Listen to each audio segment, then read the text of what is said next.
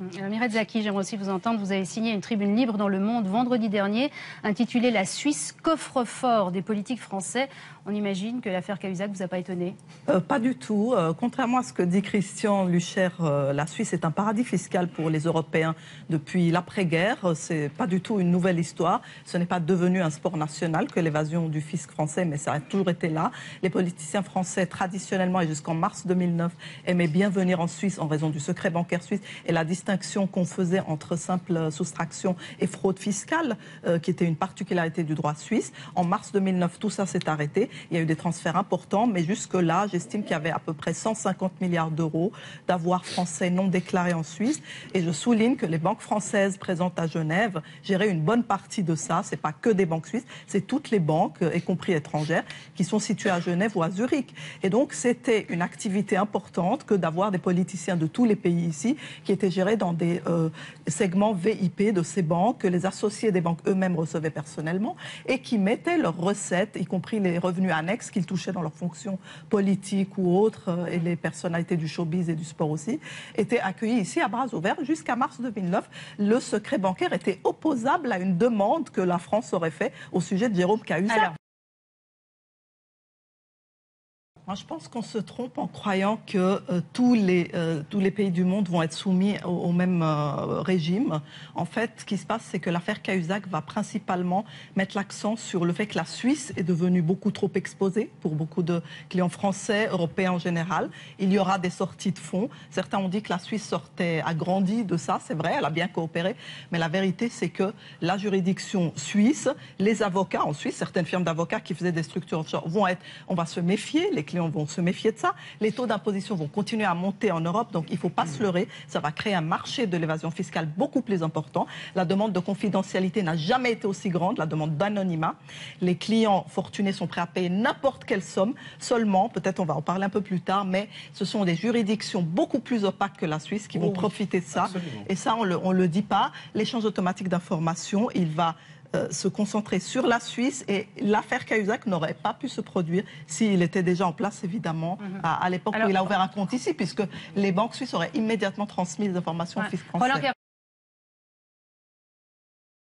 Alors, pétard mouillé, c'est l'expression que vous avez osé utiliser, Mireille Zaki. Véritablement, c'est un pétard mouillé. Est-ce que cette enquête, vaste enquête, ne montre pas l'ampleur quand même de la fraude fiscale, comme vous aussi, vous avez montré dans un de vos derniers livres, l'ampleur de cette évasion fiscale?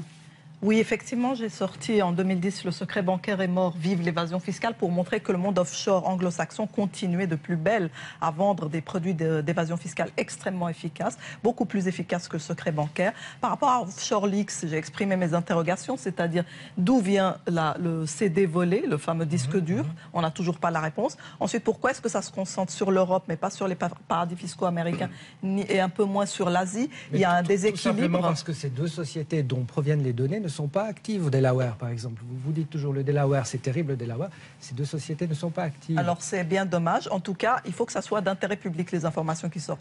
Ce qui nous intéresse, c'est que ce soit des personnalités qui sont en fonction, pour lesquelles il est encore moins légitime et plus condamnable de pratiquer l'évasion fiscale. La question qui se pose ce soir, c'est de savoir, dans le fond, qu'est-ce qu'on doit faire pour éviter cette évasion fiscale ou cette fraude fiscale. Tout de suite, je vous passe la parole. Tout à l'heure, on a parlé d'échange automatique d'informations. Mireille Zaki, vous avez une autre solution. Qu'est-ce qu'on fait? Alors, c'est là qu'on arrive au cœur du problème, c'est-à-dire que Offshore Leaks sort 120 000 noms de gens qui détiennent des sociétés offshore. On ne sort pas 120 000 noms, justement pas. Oui, justement pas, parce qu'on a 120 000 sociétés offshore. C'est pas bon. Il y a 120 000 sociétés offshore qui sont dévoilées et ça fait rien parce que c'est légal ou partiellement légal.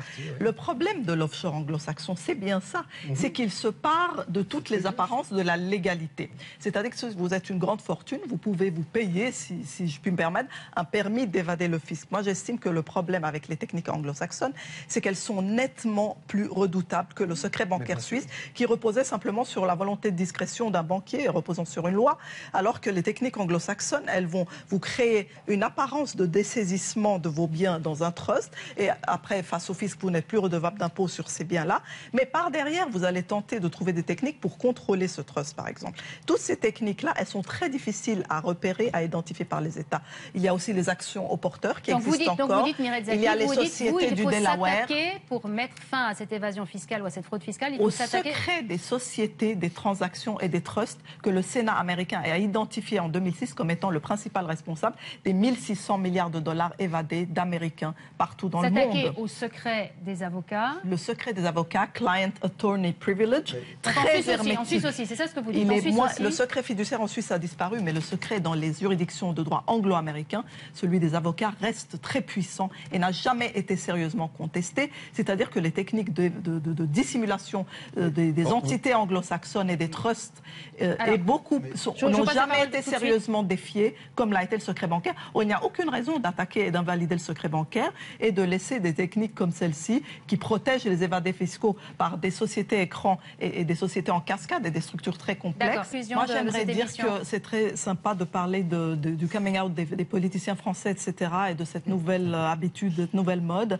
Mais en réalité, il existe aujourd'hui entre 15 000 milliards et même on articule jusqu'à 30 000 milliards d'avoir actuellement échappant au fisc des pays, de défiscaliser. C'est tout l'argent qui est dans les paradis fiscaux. Il faut s'attaquer aux paradis fiscaux de droit anglo-américain qui ont évincé la Suisse et le Luxembourg et d'autres pays du marché de l'évasion fiscale et y interdire les pratiques d'anonymat qui permettent d'ouvrir des trusts sans qu'on sache qui est derrière ou des sociétés offshore en 15 minutes sur Internet pour 70 $ au Delaware sans devoir même donner une photocopie de son permis de conduire. Et ça existe aujourd'hui dans le même monde où la Suisse est obligée de démanteler complètement son secteur offshore. Il y a encore des pratiques de l'opacité extrême énormément dans les, disons-le, dans les places financières des pays les plus puissants. Et pour une fois, la Suisse s'en sort plutôt bien. Et pour une fois, la Suisse s'en sort plutôt bien. S'en sort, c'est pas vraiment le mot, c'est qu'elle a dû sacrifier.